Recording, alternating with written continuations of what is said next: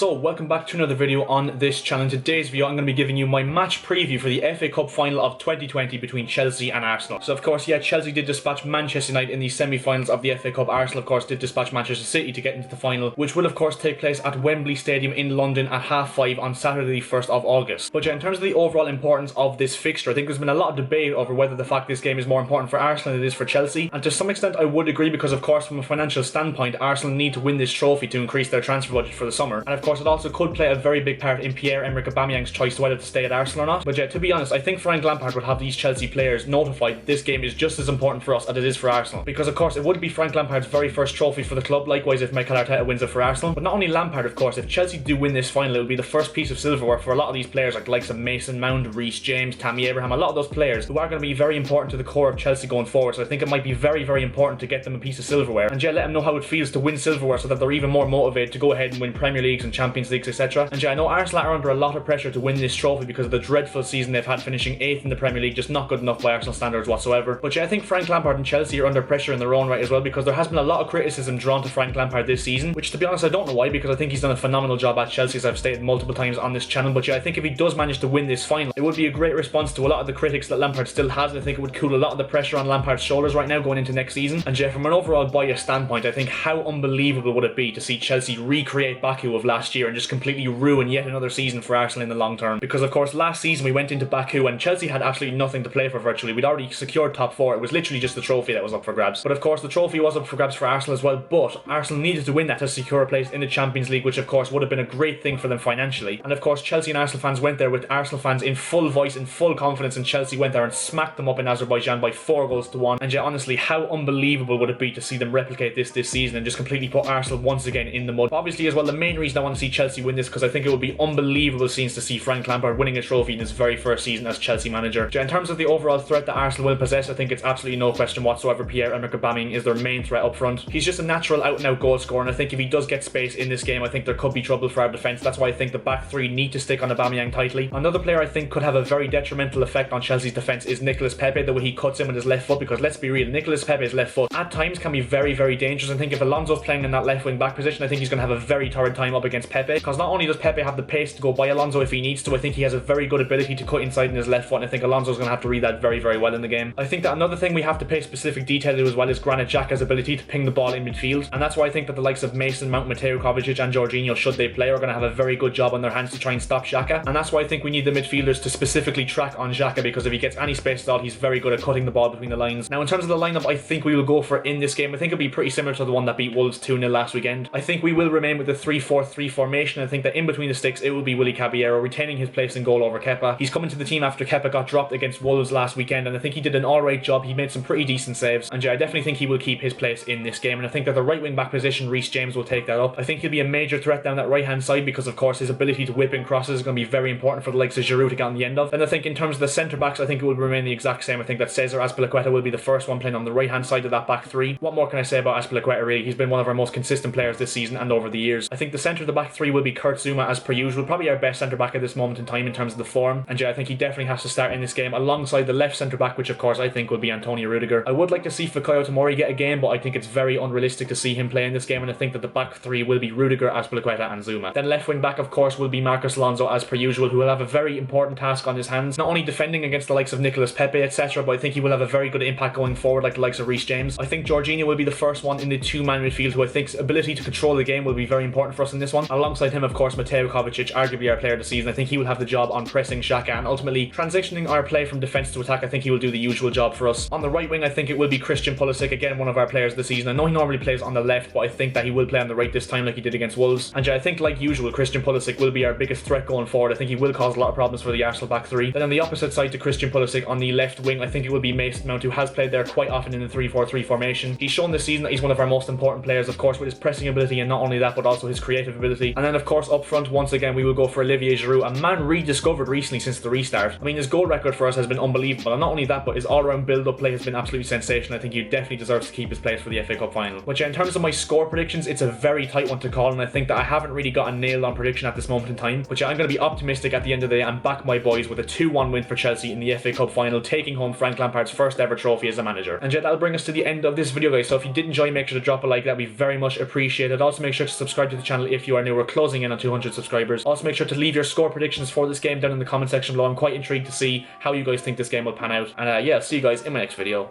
See ya.